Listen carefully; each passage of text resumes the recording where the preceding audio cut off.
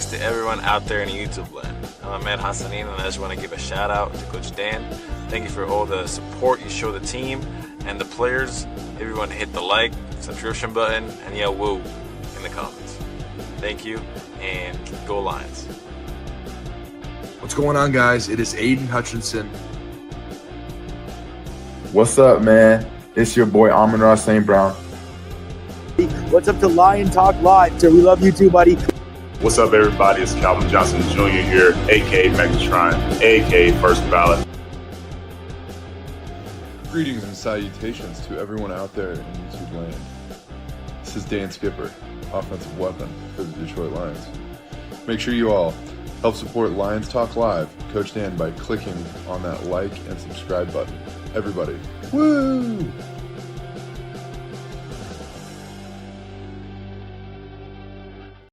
Well, greetings and salutations, everybody out there in YouTube land. I am your host once again, Dan Thornton, and I want to thank you all for joining us here today. Hey, it's a Tuesday morning show edition, and you know what? The Lions are probably going to be looking at making some moves in the next week or two, maybe a little bit sooner than that, but probably in shorter order. Lions are going to have to make some moves. Unfortunately, as you all know by now, I'm sure, some of the injury concerns with the DJ Reed, with potentially Terrion Arnold having to sit out.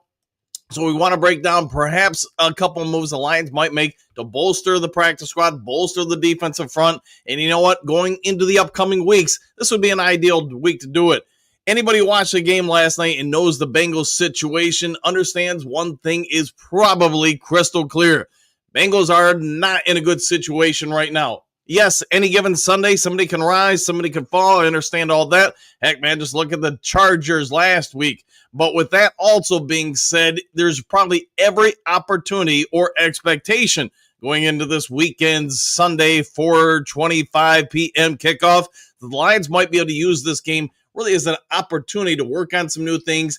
If you are going to add somebody, kind of slowly break them in before you've got two back-to-back big games in the NFC, AFC, just big-time contests with the Kansas City Chiefs and the Tampa Bay Buccaneers. So if you can get into this game, have that new person there, give them some reps in a no-stress situation, man, as a coach, I'd say this sounds like a win to me. We're going to break that down, perhaps the number one leading candidate for the Lions to go out and get. And if they were to assign this individual, as there are some reports saying the Lions have had some conversations with this current free agent, then you know what? Hey, you'd be able to do just that. Maybe break them in this week and have a stress-free environment on Sunday and then get ready for Kansas City, Tampa Bay, etc. Lions are clearly, in my opinion, one of the most dominant franchises in the NFL right now. And I think there needs to be every real expectation, even though the start of the year, you guys all get it. Everybody probably jumped off the wagon and said, man, the Lions are terrible. Well, look how bad they looked against Green Bay. Everybody's got a different view, 3 weeks later. Lions have a solid offensive line. Man, they look really good. You look at the fact that they set a franchise record with giving up no sacks in 3 straight weeks. Yes, that is a franchise record for a single season. There was a point, I want to say in the mid-90s, where they gave up none in the last 2 games of the regular season and none in the first game of the regular season, so I'm not going to go there with that.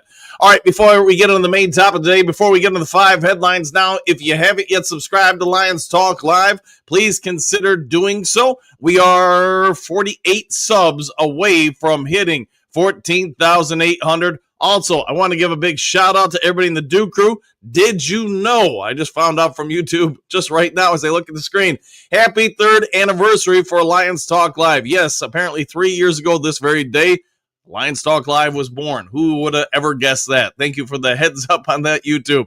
Also, if you got a half second of time, it won't cost you a dang dime. Reach on down, hit the thumbs up button, hit the like button. Hit all the buttons. We try to get every episode of the show between 200, 300, 400 or more thumbs up or likes.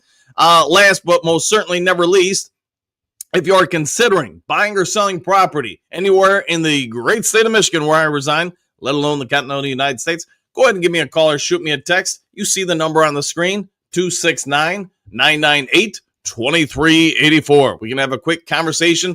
I can talk to you about how you can use over 30 years in the industry, save you effort, save you hassle, save you stress, save you time, save you money. Because at the end of the day, if you get the property you want, whether you're buying it or selling it, and you get to save money, while making it stress-free, man, sounds like a win to me. Go ahead and give me a call or shoot me a text, and we'll have that conversation. All right, with all that done, set out of the way, happy birthday to Lions Talk Live, and let's kick it off with 5 headlines now.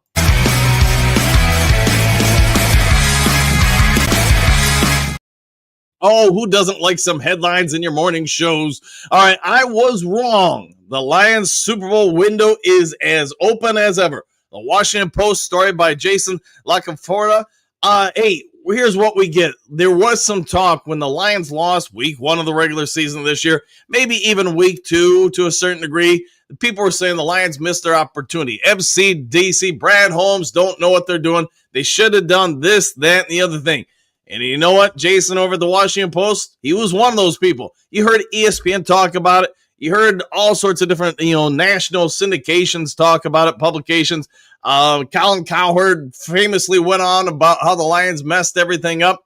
And now a few weeks later, he's reversing his decision, sort of like the Washington Post here. The Lions window seems to be open for the foreseeable year. I'll let you guys debate, along with other writers or people on the mics, how long that window will stay open. The only thing I can tell you from my experiences as a coach or a sports reporter is that if you keep drafting well, you keep developing players, the window stays open. It would appear to me that this reporter over at the Washington Post, basically has come to the same conclusion. You look at the strength of the Lions across the board. It's not one player that makes them great. It's not one quarterback, although, hey, giving Jared Goff nothing but flowers here. I think he is one of the top 5-ish quarterbacks in the NFL, but the team's just got weapons all galore. It's, you look at the receivers, the tight ends, the offensive line, defensive line, linebackers, secondary. There's no area where they really seem to be, hey, we better do it this year, otherwise we age out. You've got a youth movement constantly coming in because the scouting department for the Lions is so dang good that they consistently hit not just your first or second round picks, but look across this team. How many thirds, fourth, fifth, sixth round picks have hit? I can't think of a 7th round pick on the team that really has hit, but I guess maybe there's somebody I'm not considering. You guys get it. The Lions window, it's wide open this year, especially if they go into this week, get the win, which we're all anticipating. Shout out to Dan O'Damas for giving hopefully a prediction on Friday regarding the game. But then you look beyond that. Do you think we're going to walk into Kansas City and really not be, at least have an opportunity to win, or Tampa Bay? Lions go through these next 3 games and go 2-1, let alone 3-0, if that's a possibility, going into the bye, probably getting Reed back after that, maybe Aleem McNeil back after that. Whew. I think the Lions are set up to have a run, not just this year, but in future years, and it seems like that's what this reporter came up to. Lions window isn't closing. It might be open for another 2 or 3 years, and who knows beyond that. We'll have to see how they draft and develop. All right, Lions already learning from Goff, Jameson Williams, miscues, fan side story by Chris Shad.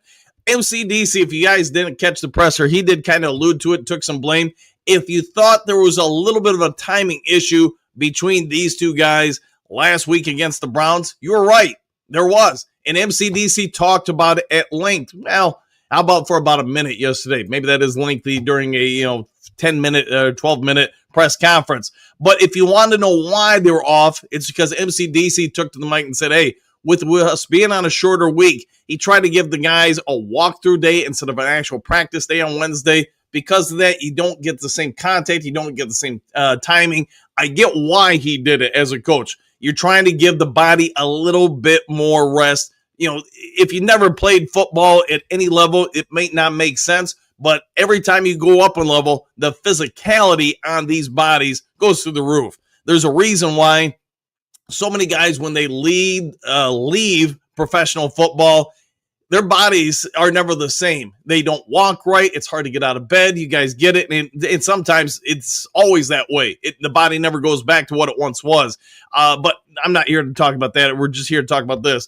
So McDC came out and said that he did everything he could to try to preserve the bodies, preserve the timing. Because of that, they lost some of the timing routes, some of the practices that they normally do in a week. And if you thought in a game of inches that 1 or 2 feet on a pass here, a pass there seemed a little bit off, well, now you know why. And McDC said in the future, they'll do more to replicate a game situation to be fair to all the players.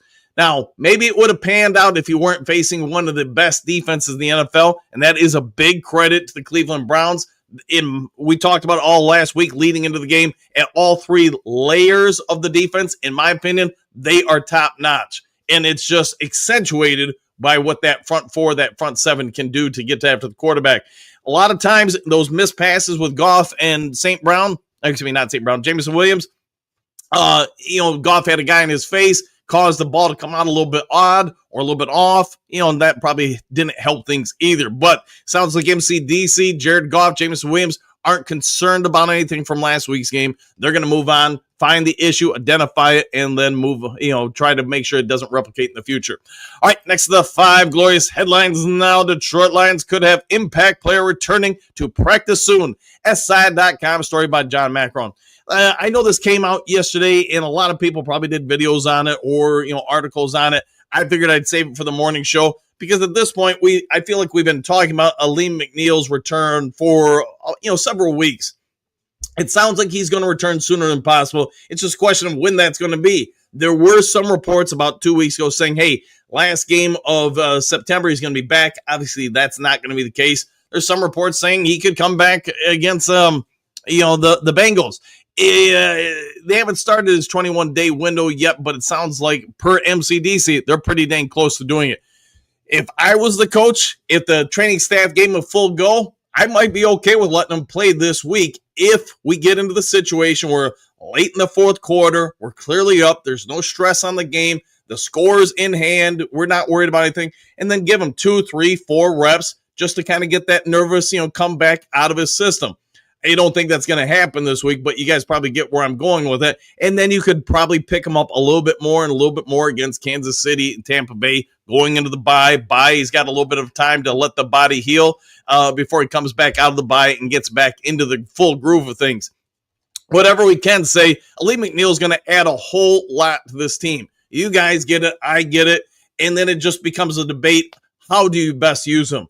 I've been speculating. I know the Duke Crew's been speculating to some degree. Could we see him play the big end and basically take over for Davenport and AQM? That is possible. I wouldn't be sad about it at all because I think it would give the Lions the most versatile, big, powerful, and physical defensive line in the NFL. That's no disrespect to anybody else. I just don't think there'd be a defensive line out there that would be able to shut down the run, set the edge, and get to the quarterback all at the same time. McNeil's return is going to lead to some speculation. Who do you move around? Do you take anybody out of the lineup? Does Tyleek the Freak Williams become a rotational piece or DJ Reader? I don't think so. I guess at some point you're going to see those two out there with Hutch and then McNeil. So we'll see if that holds water. But either way, sooner versus later, he's going to be back on the field, and then probably Rodrigo will give us an update pretty quick as well. I do suspect both guys are going to help take that Lions defense. In my opinion, it's one of the best in the NFL. They're going to go to another level when those guys, and then, yes, DJ Reed get back on the field. All right, next to the 5 headlines now. We're going to be talking about this in-depthly during the main top of the day. We're regarding one guy not on this list, but there are some cornerbacks Lions could target. 6 cornerbacks Detroit Lions could target. SI.com, story by Emmett Matowski with this one. Who are we going to go? Are we going to add somebody? We've had all sorts of debates, whether today, yesterday on the show, but we also get it that, hey, Meek Robinson, Clea Dorsey, Rocky Sin are going to fill in right now, along with Avante Maddox, Brian Branch. One of the best things the Lions did, in my opinion, this offseason, getting ready for the regular season, is they learned some lessons from last year. You guys all understand, last year there were a gajillion injuries on this defense, and it ultimately cost us the postseason, in my opinion. You can blame other factors for sure, but let's go through it. The fact that all these guys we just listed, Dorsey, Yasin, Robertson, Branch, Maddox, they can all play corner. Most of them can play, some safety too. That's a shout out to the staff for making this team very versatile. MCDC made it clear the moment he became the head coach, he valued versatility on offense and defense. And because of that, I think for this weekend, whether they play Terrion Arnold or not, I guess we'll see. My personal opinion, I'd probably let him have the weekend off just to fully get right, or as close to 100% as he's going to get, and they get him ready for the 2 bigger games following. But with that being said, we get it. Rocky Sin can play, cornerback. He can play safety. Brian Branch can play some, corner and also safety. Maddox has been a corner in the NFL and a safety currently with the Lions. So what will they do? Let's see if they will add. How about Duke Shelley? He's a free agent currently. A veteran NFL quarterback, started his career with Chicago in 2019 after being selected in the 6th round. Available out there. So could he come in? Absolutely. I know a bunch of you guys have been mentioning this guy for a little bit of time. That's Stephon Gilmore, free agent. The 2019 NFL Defensive Player of the Year remains unsigned. He did play with Minnesota the last couple seasons and played great. 5-time Pro Bowler. 35 years old, but I would say watching him in recent years, it seems like he's best in deep zone coverage, not so much man coverage at this point in his career. Could they bring him in and maybe play him as a safety, which allows you to move somebody else to corner?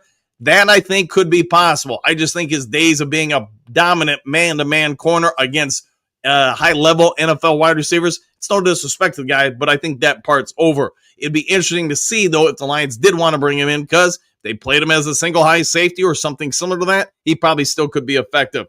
Jalen Davis, Bengals practice squad, was a 2017 All-American with Utah State, but went undrafted after stints with the Miami Dolphins and Arizona Cardinals. He did settle in with the Cincinnati Bengals. Hey, could you go and snag him before the game and say, hey, you got any inside information, what we should think about or concentrate on?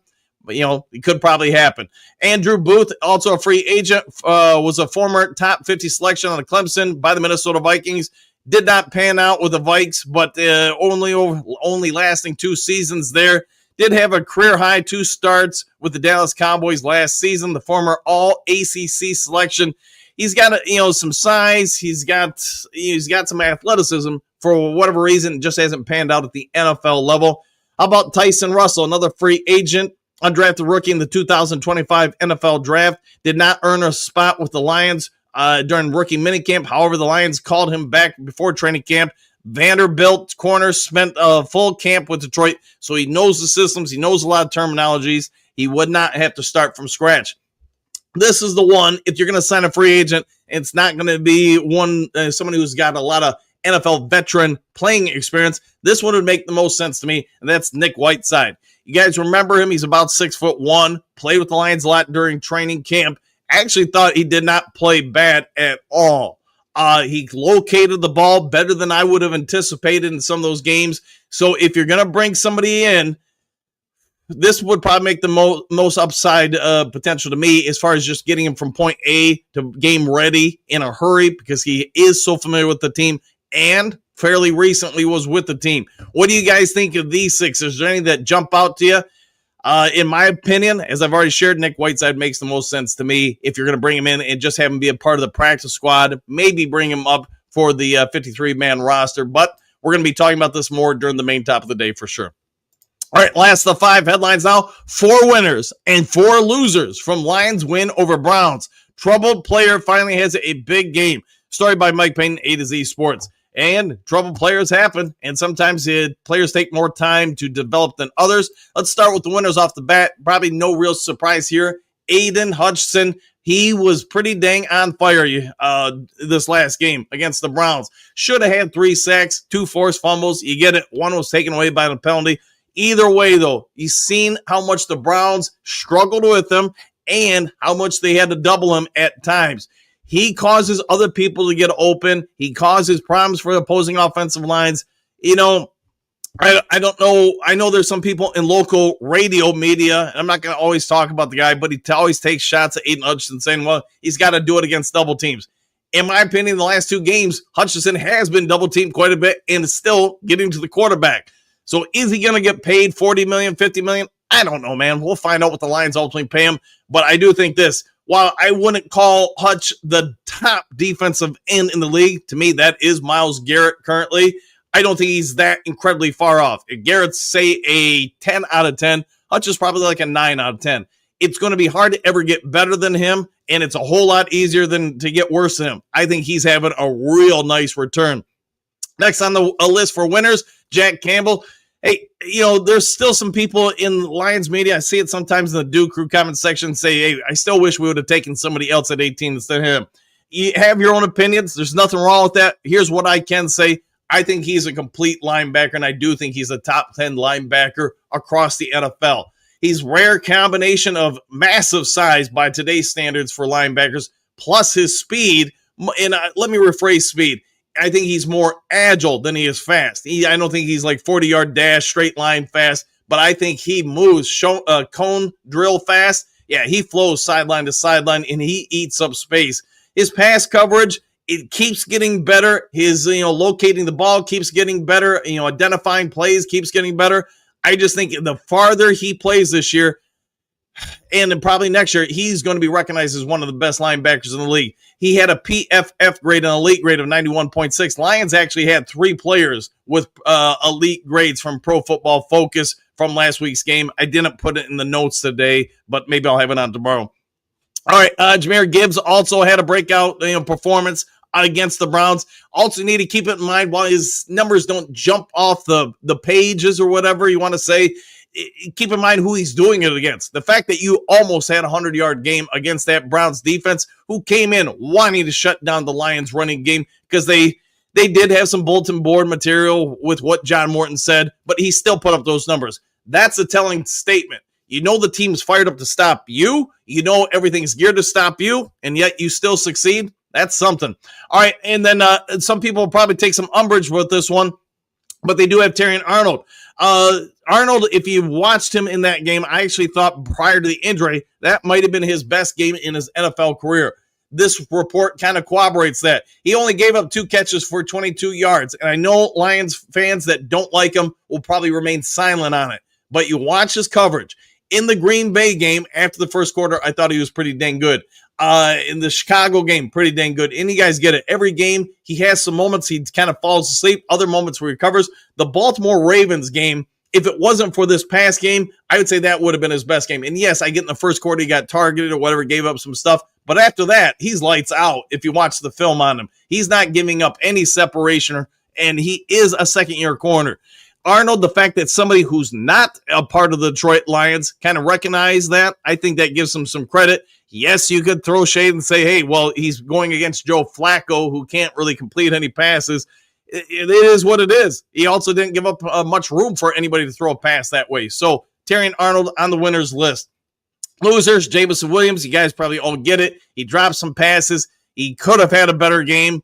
Whether you believe McDc that it's on him, I don't know. I'll leave you to those devices. Jared Goff, not his best game, but hey, part of that is the other team shows up and gets paid to play as well. Taylor Decker, this one I kind of disagreed with. Decker's on the loser list. I guess you could say Goff's on this list too. Kind of, but you're going up against Myles Garrett. You're going up against that dominant front. You're probably not going to look like an all-world player in those scenarios. In my opinion, and maybe only my opinion, I thought Decker played a monster game. But does that mean you're going to stop Myles Garrett 99% of the time? No. There's no human on planet Earth playing offensive tackle right side or left side that's going to slow down that guy. He's that dude. And if you're going to say, man, well, you gave up 4 pressures to Myles Garrett. Man, who wouldn't give up 4 pressures to Myles Garrett? I would counter and say the fact you only gave up 4 pressures to MG. That's a big win to me. And again, Goff, for the 3rd straight game, didn't get sacked once. He got pressured. He got hit. But you know what? He didn't go down. So go with that. And the AQM had an awesome game against the Ravens. Did not even, get much of a go against the Browns. Could have been the knee. Sure, it could have been. But whatever it is, he's had some highs and lows. You've seen them, the Lions coaching staff use a lot of Pat O'Connor at the big end spot, trying to, rotate him. We'll see if he can replicate the Ravens' performance, but right now, that's kind of become a standard. So until he repeats that or gets something similar to that, people are probably going to list him as one of the losers for it. All right, all that done and set out of the way. We got to make this quick because apparently I went on forever with the 5 headlines now. Let's go over to the main topic of the day.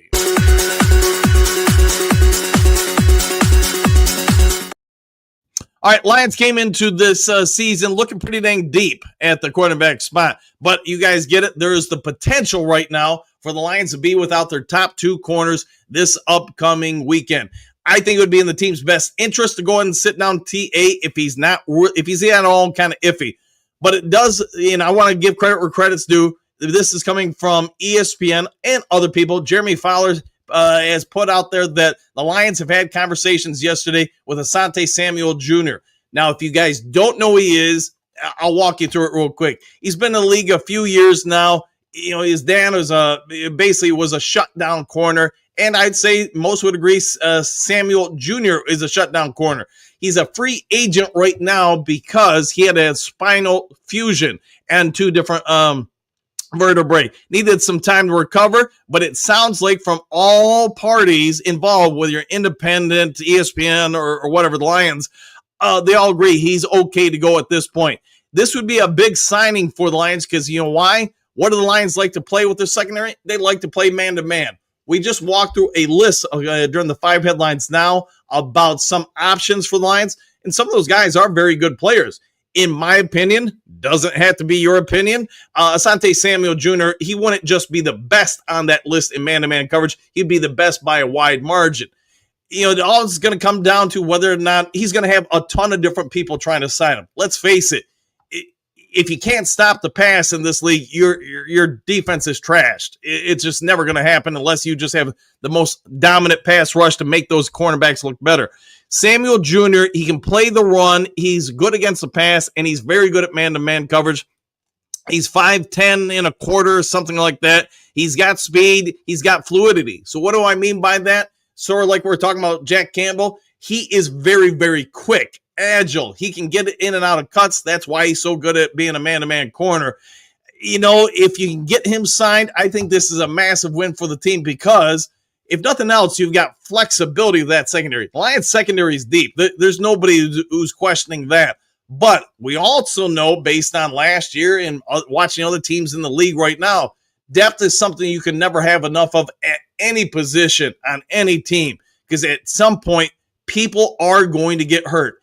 Heck, it's football. You are asking guys 200-plus pounds to slam into other 200-plus pound dudes as fast as you can. You know what? The body only takes so much. So if you can get somebody like him, I think it would be a massive win for him. The question is, like I said, you've got a lot of teams that are going to be knocking on his door now that the CT scans in October, he's scheduled for a final CT scan later this week to ensure spinal fusion is good to go. And this is also coming from people on X, namely Jeremy Fowler and ESPN. I think if he passes that final exam later this week, then the Lions need to go out and get him because you know what? You put him out there with Reed when he returns, with Raquel Singh, Taryn Arnold, Amik Robertson or whatever. Lions secondary looks pretty formidable. And if the pass rush keeps getting better and better, which in the last 3 weeks it keeps doing that, then I think you're playing into what Kelvin Shepard wants to do, clearly what MCDC wants to do. That is, man, we're going to send some guys after your quarterback, and we're not going to give you any easy zone reads where to throw. What do you guys think about Samuel? You wouldn't have to trade for him. You just have to sign him. And the prevailing thoughts are it would be somewhere around $8 million deal per season to get him.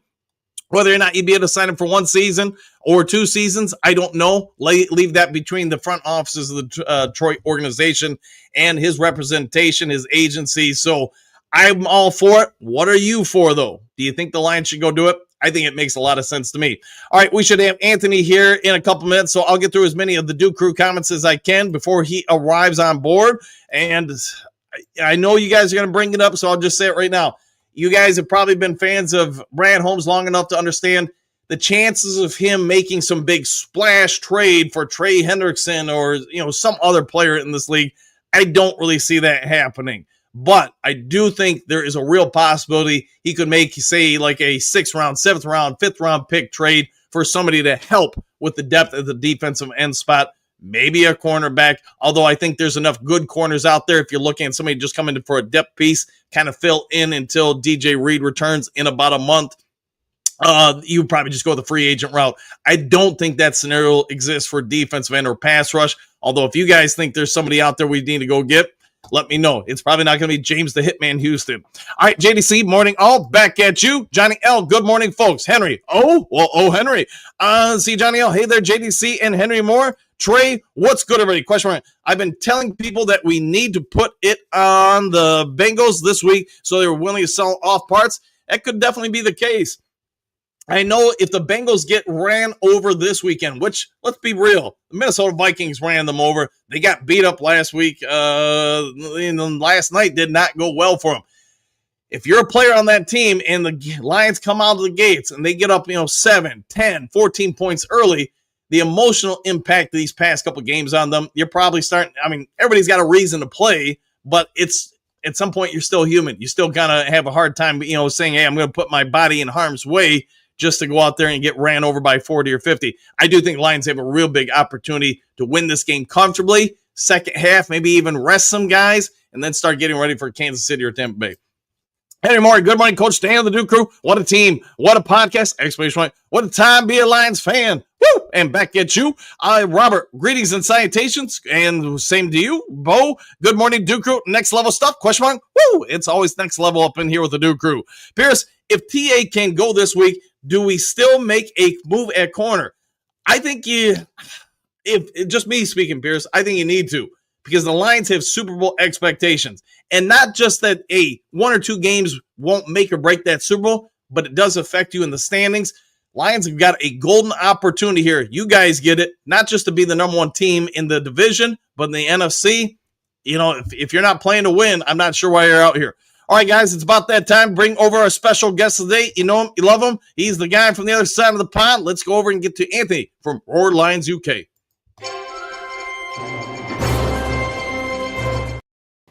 And a good afternoon to you there, sir. How are you doing today?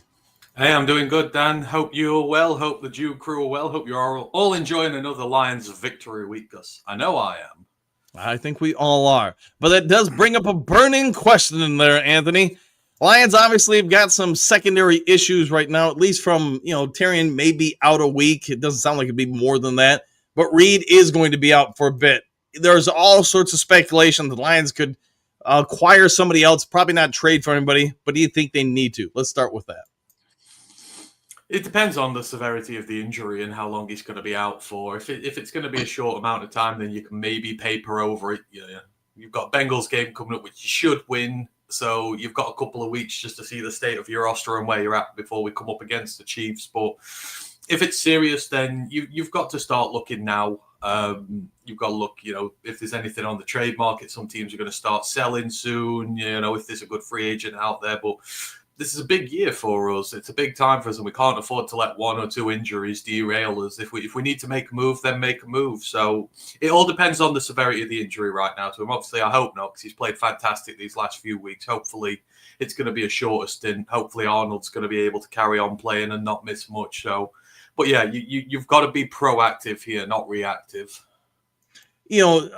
ESPN, I want to give credit where credit's due. Jeremy Fowler says the Lions and Asante Samuel Jr. have had some level of conversations. Sounds like everybody's waiting on a final exam of his spine later this week to confirm he's good to go. What are your thoughts about potentially signing him? Because I get he's had a pretty good start to his NFL career. He seems to fit scheme-wise a lot of what this team wants to do. Do you think they should just go ahead and invest whatever it's going to be, $8 million-ish a year to sign him? Again, it all depends. The health is the main thing. There's no point just getting someone else in the building if they're going to get hurt and you're going to pay them a good amount of money out. So, it first comes down to the health with him. I mean, there's obviously a lot of talent there. Maybe he's not reached the heights of a first-round pick as we thought he might, but, obviously the talent is there and they might be able to unlock a bit more out of him than the Chargers were able to. So, yeah, if he's healthy and he's fit and ready to go, we could certainly do a lot worse at the time. So I don't mind who we go for as long as, they fit what we're about and they fill a need for us, then go get them. If he's the guy, that's it. But as I say, we need to be proactive here. We can't sit and wait for these guys to come back, and that goes. The run of fixtures gets tough again after the Bengals. So we want to stay on top. There's also injury front news. There's also more and more speculation that Aleem McNeil is pretty much ready to start this 21-day window. When he comes back, what are your thoughts on what the Lions do with him, considering that defensive front is looked pretty decent?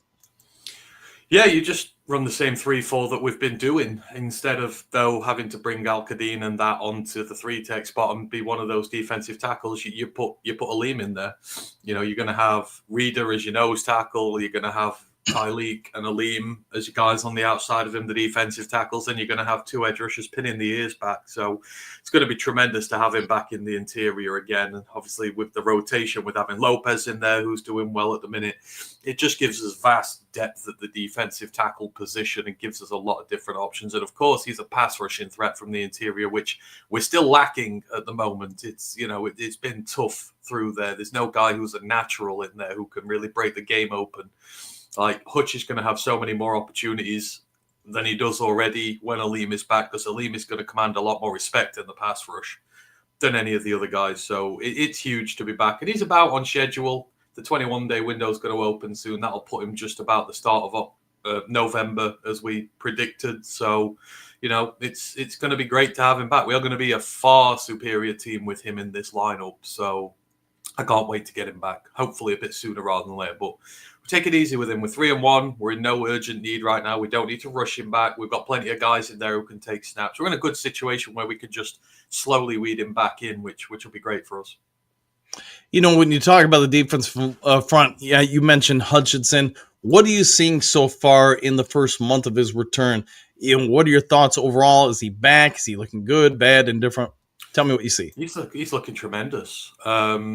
He's just completely irresistible at the minute. He is just going hell for leather on every play, and there's not a lot that teams can do to stop him. He's playing at a Myles Garrett-esque level at the minute, where he's just beating guys one-on-one. He's getting so many pressures on the quarterback. Should have had 2 strip sacks instead of the 1 the other day. I mean, I know he's going up against backup tackles and that, but he looks just as good as he was before, and he looks hungry. And, he doesn't want to come out of the game. It's what we expect from him. He's back to the level he was before. And it's good that he's got a little bit of help with AQM on the other side. We could still do with having a permanent guy there. But, he looks absolutely tremendous. And the defense is a lot better with him back. And, he's the game changer we need him to be. That's what he's playing at the minute. He's not missed a beat. He's not taking any time to get going up whatsoever. So it just goes to show you how great he is.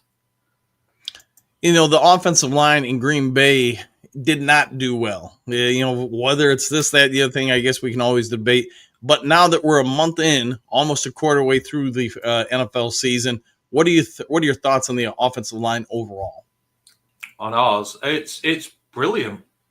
The way it's adjusted so quickly, it's become more and more apparent to me that the Packers just caught us cold week 1. I think, game experience can't really be replicated in any situation.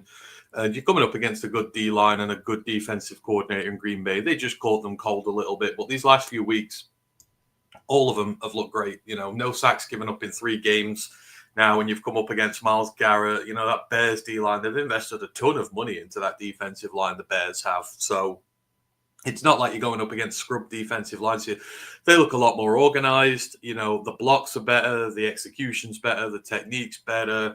The rookies are both playing out their mind at this moment in time. And obviously, Penei Sewell's on track to have one of the best seasons ever recorded from an offensive tackle currently. After that week 1 little blip he had, he's just on a monster tear right now, especially his run blocking stuff. There's no one better in the NFL than Penei right now at tackle, I think is the thing to say. So it's just all clicked, and the offensive play calling's been better. They're putting them in a position to succeed, as we said they needed to. They're way ahead of schedule for where they should be at this point. They're playing like they're in the postseason right now, or in the playoffs. And it's only week 4. Imagine how good and gelled they're going to be by the time we actually get to the playoffs. This could be a scary unit of dudes when the time comes. To your point, the Lions every week seem to look better and better and better. When you look at this team, though, where do you think we can still get noticeably improved in the next month, let alone 2 or 3 months before we get to the postseason?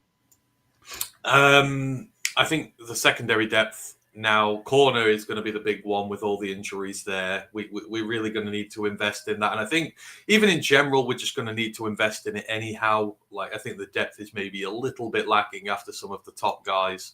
So I think you want to try and get a little bit better there.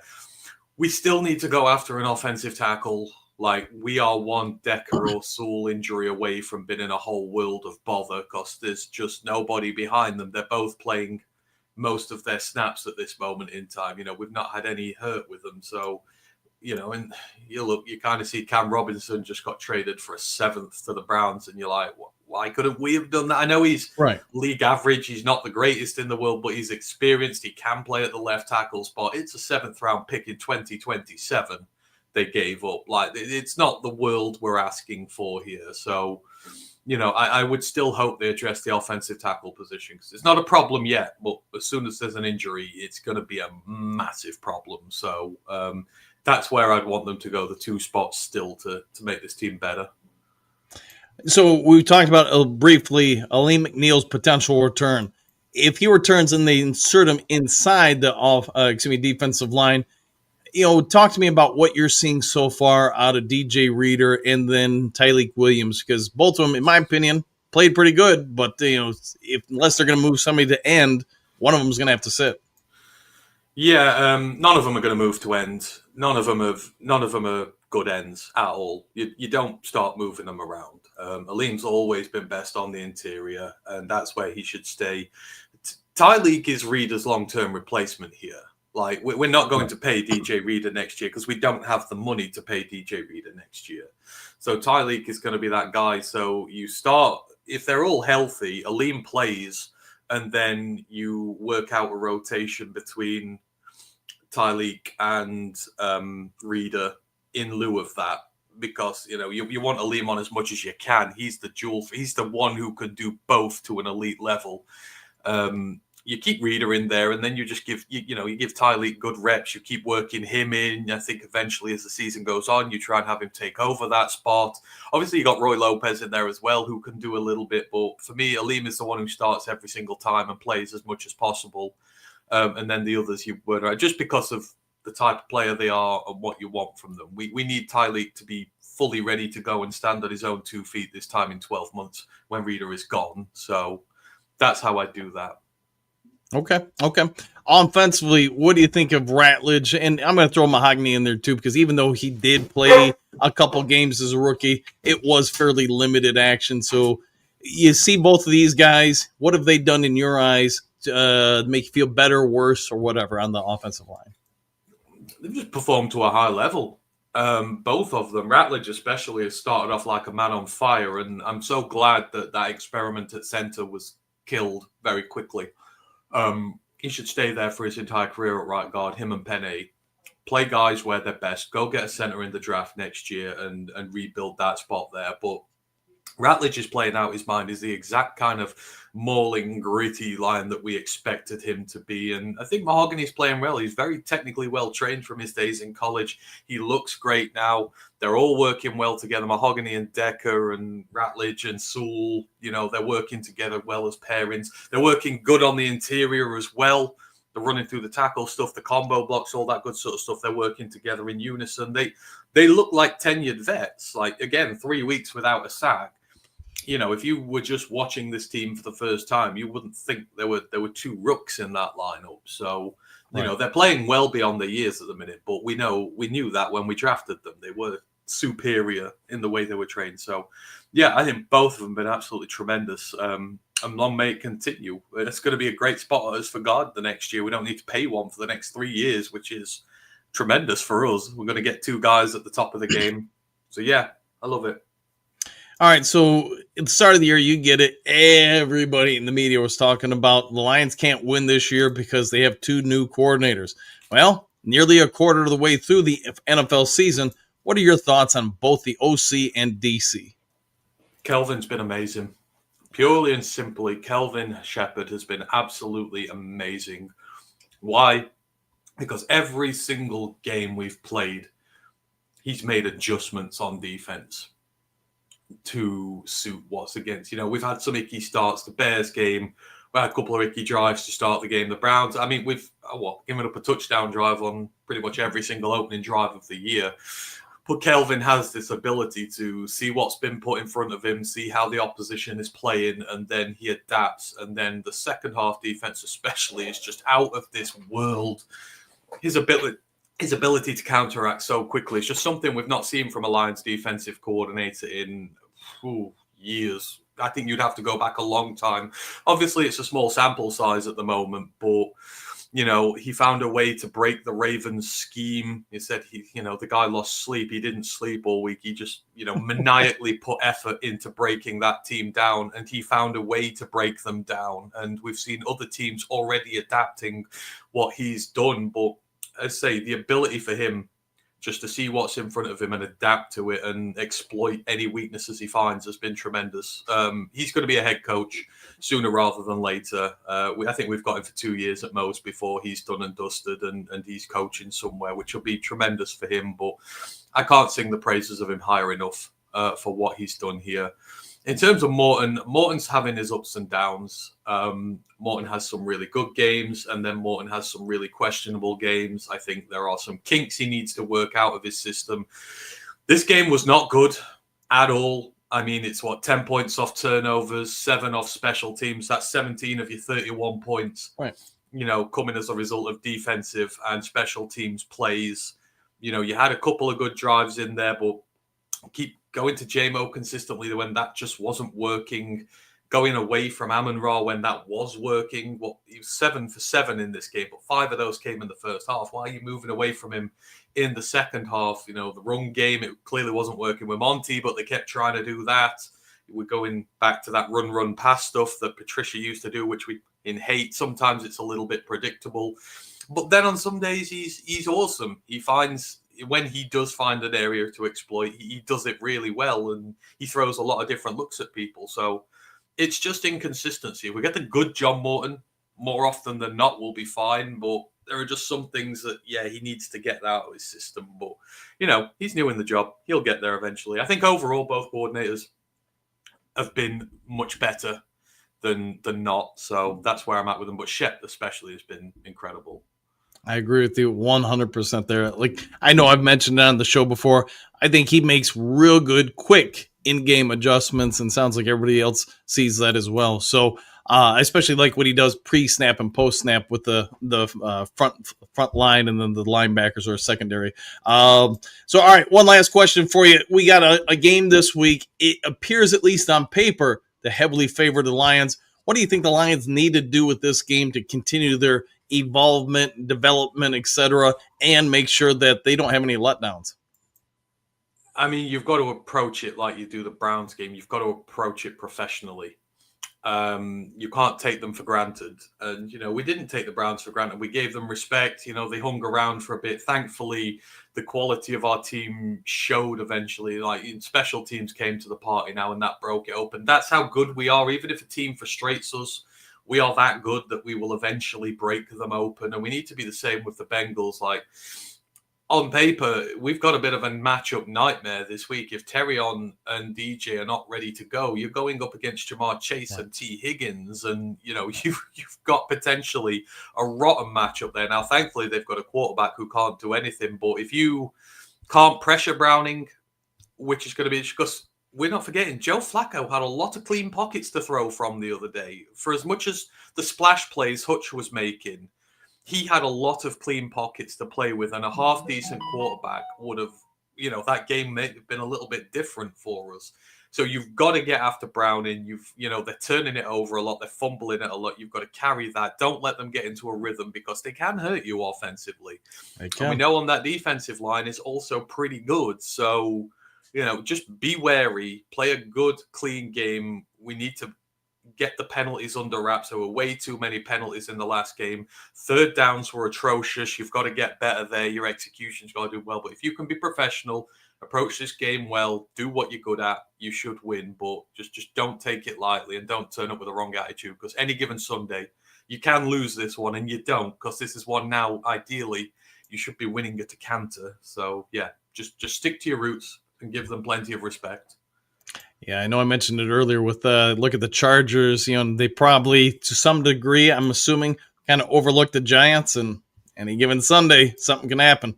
All right, Anthony, thank you as always for joining the Duke Crew on a morning, and at least morning for us. Why don't you go ahead and give us a shout out to everybody about yourself, where they can find you, support your content, and all the things you do for the Lions. Yeah, you can find me at Roar of the Lions UK. We're a group of Detroit Lions fans from across the pond. So if you want to come and check out your Lions news and views from a British perspective, then yeah, come check us at Roaring Lions UK. We do game reviews on Mondays, usually previews on Thursdays or Fridays. I talk college ball on Wednesdays, so if you like college ball, come chat with me there. And then we're live during the games as well. So yeah, drop by, say hi. Appreciate you all. And as always, thanks, Dan. Appreciate you having me on. Appreciate all of you in the Duke crew. Hope you all have a fantastic week. And yeah, hopefully we have another Victory Monday next week. I'm getting used to them again now. I've missed them. It's a nice thing to have as a Lions fan. All right, Anthony, again, thanks for making time in our day, and we'll see you on the next one, my friend. We'll see you on the We'll see you now. All right, Thomas, we'll get back to the Duke Crew comments section real quick. Thomas, Big M, have you not seen what happens when contracts get to a certain level, question mark? At some point, they run out of cash, and then you have 7 superstars, and the rest are backups. Fair enough. For Crop, what do you got? Dolo, he's about 95%. Okay. Thomas, Miles Martin, nice take, playing verbal dodgeball. It happens. Dolo, 95, I'll take it. I would agree with that. Silver Server, it's going to take some time before Liam gets back to that starting role with all those reps. Yeah, they're probably going to bring him on slowly. Just give him a couple games to kind of work his way back into things, then he'll be fine. Dolo, Fargo, I'm ready to see him and Tyleek. Me too, man. Me too. Miles Martin, I agree. And Shepard's learning curve is impressive. Yeah, I think they've done a good job knowing that AG was going to move on at some point, having Shep kind of be under his wing, tutelage-wise, etc., and just sped up the process. So, yeah, Shep's been more than impressive so far. Duncan agreed the team has to adopt a little better in practice in all these different teams. Yeah, 100%, 100%. Jonathan, would Asante Samuel Jr. be somebody that the Lions would look at? I would assume so. That is the main topic of the day. My guess is whatever happens with that CT scan later this week, you're going to see the Lions and a bunch of other teams go knocking on his door saying, hey, how about you come play for us? Thomas, nice take, Big M. Glad you could keep your disagreement in a grown-up level. Fair enough. Exclamation point. Frogger Dolo is 100% Lions fan strong. JD, what do you got? I believe Hutch will sign a team-friendly multi-year contract for us like the other Lions that signed. Could be indeed. Duncan, that hamstring may be 1 game or 2. Dan needs some data from the DOs, from the doc. All right. From everything I've heard so far from either people in the media or any kind of level of contact with the Lions, I'm guessing he's going to be out 4 to 5 weeks. But who knows? He could be back in 2 weeks. It seems like it's trending that way. I would just say this, right after the bye is probably when he's returning.